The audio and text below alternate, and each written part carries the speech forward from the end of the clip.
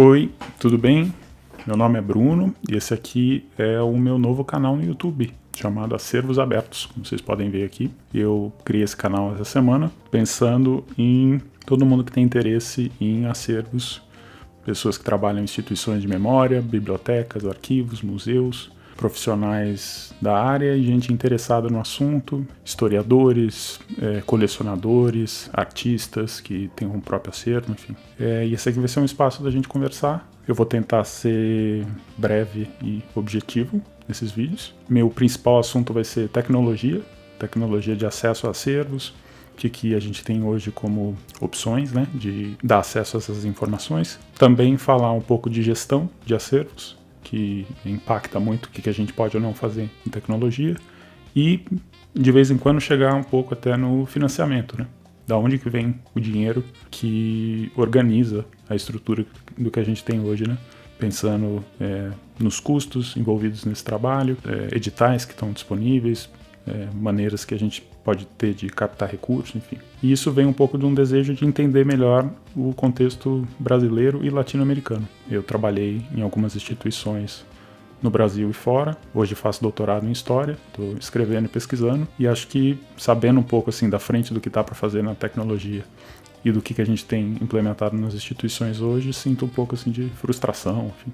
Quero tentar entender melhor como que a gente pode melhorar isso juntos, né? Então essa aqui vai ser uma conversa. Por coincidência, eu já estava planejando fazer isso essa semana, né? E encontrei esse post aqui no LinkedIn, da Lígia Perroni, supervisora de acervos do MASP. Eu não conheço ela, interagi aqui no LinkedIn, mas nunca conversei com ela, mas ela escreveu esse post aqui. Vamos falar de bancos de dados em museus? E acho que a gente pode ler junto aqui e ver o que vocês acham. Quando você pensa em um sistema para a gestão e compartilhamento de dados do seu acervo, quais os pontos importantes que você acha que devem estar inclusos nele?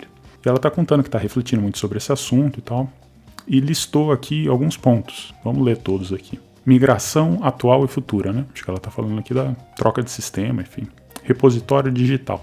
Queria também entender melhor quando as pessoas falam repositório digital do que se trata, né? Normas Spectrum, CIDOC, CRM, são especificações, né, interessantes, mas também bem complexas, né? Software livre e receio de falta de suporte no futuro. Então, acho que ela indica aqui um pouco a aflição dos gestores de acervo, principalmente, né, de quem que vai fazer esse trabalho, né? Custos excessivos de suporte, softwares gratuitos, acho que tem um pouco a diferença aqui do software gratuito que é software livre. Metas que têm que ser cumpridas apenas, talvez metas de digitalização. Gestão de direitos autorais do seu acervo museológico, acho que entra um pouco aqui no tema dos advogados e um pouco na estrutura do que seria um acervo museológico específico, né? Passa aqui para esse próximo ponto. Tratar do seu acervo como de fato um acervo museológico ou tanto faz se for um sistema para arquivos adaptado. Tem aí um ponto importante que eu já trabalho com isso há alguns anos e ainda tenho dificuldade de entender, que é essa distinção que a gente faz das bibliotecas, arquivos e museus como se fossem instituições muito distintas, com necessidades completamente distintas, e eu discordo um pouco dessa visão. Relacionamento entre grupos de informação. Acho que se a gente pode pensar não só o que a gente descreve desses documentos, né, mas entidades, metadados associados, enfim. Vocabulário controlado, entra um pouco nessa estrutura de metadados. Imagens em alta resolução para disponibilização de download. Muitas vezes, quando a gente entra nos acervos, encontra esses documentos que dá para dar zoom, né, ver as imagens em alta resolução. Tem tecnologias abertas para fazer isso também. E velocidade de acesso, que acho que entra um pouco também no ponto de infraestrutura. Ela comenta um pouco aqui, essas discussões estão avançando nos museus de arte em São Paulo, principalmente nos privados, que normalmente têm uma verba maior, mas nos acervos públicos, porque estamos subestimando nossa capacidade de fazer algo massa e só seguindo no mesmo com outro nome visual. Bora falar sobre isso? E aí um monte de gente aqui interagiu, reagiu. Achei legal trazer isso para vocês, porque eu acho que é justamente nesse universo aqui, né, que mistura um monte de coisa, tecnologia, gestão, problemas e questões de sustentabilidade financeira e tudo mais, que eu quero começar a tentar me comunicar mais publicamente, né, e também ouvir mais quais são os pontos que a gente, como campo, né, tem se preocupado.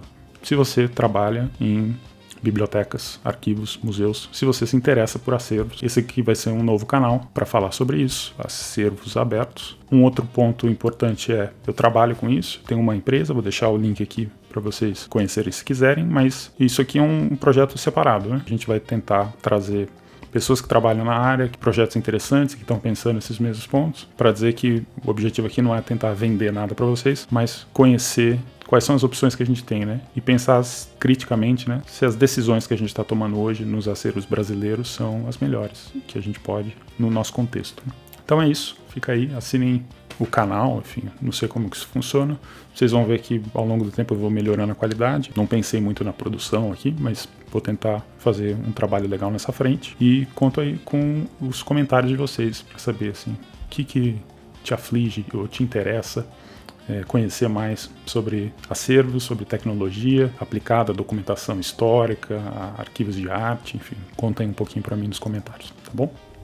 Um abraço.